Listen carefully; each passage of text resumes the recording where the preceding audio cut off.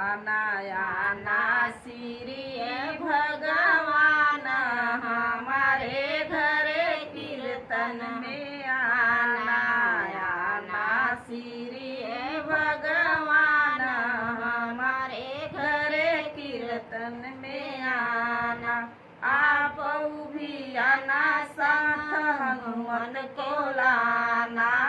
आप भी आना साथ हनुमान को लाना।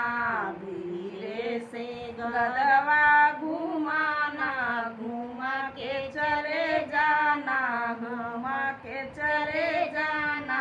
हमारे घरे कीर्तन में आना श्री भगवान हमारे घरे कीर्तन में आना। आप भी आना साथ राम को लाना। आप भी आना साथ राम को लाना। धीरे से धनुष चलाना, चला के चले जाना, चला के चले जाना। हमारे घरे कीर्तन में आना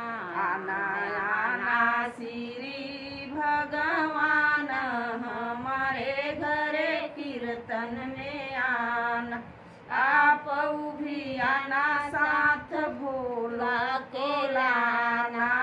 आप भी आना साथ भोला को लाना। धीरे से डमरू बजाना, बजा के चले जाना। हमारे घरे कीर्तन में आना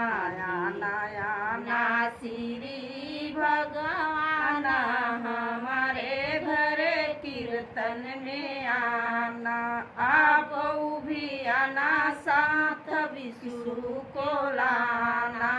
आप भी आना साथ विष्णु को लाना। धीरे से चक्र चलाना, चला के चले जाना। हमारे घरे कीर्तन में आना श्री भगवान हमारे घरे कीर्तन में आना। आप भी आना साथ कृष्णा को लाना। आप भी आना साथ कृष्णा को लाना। धीरे से बंसी बजाना, बजा के चले जाना। हमारे घरे कीर्तन में आना श्री भगवान हमारे घरे कीर्तन में आना। आप भी आना साथ कुल देवता भी आना।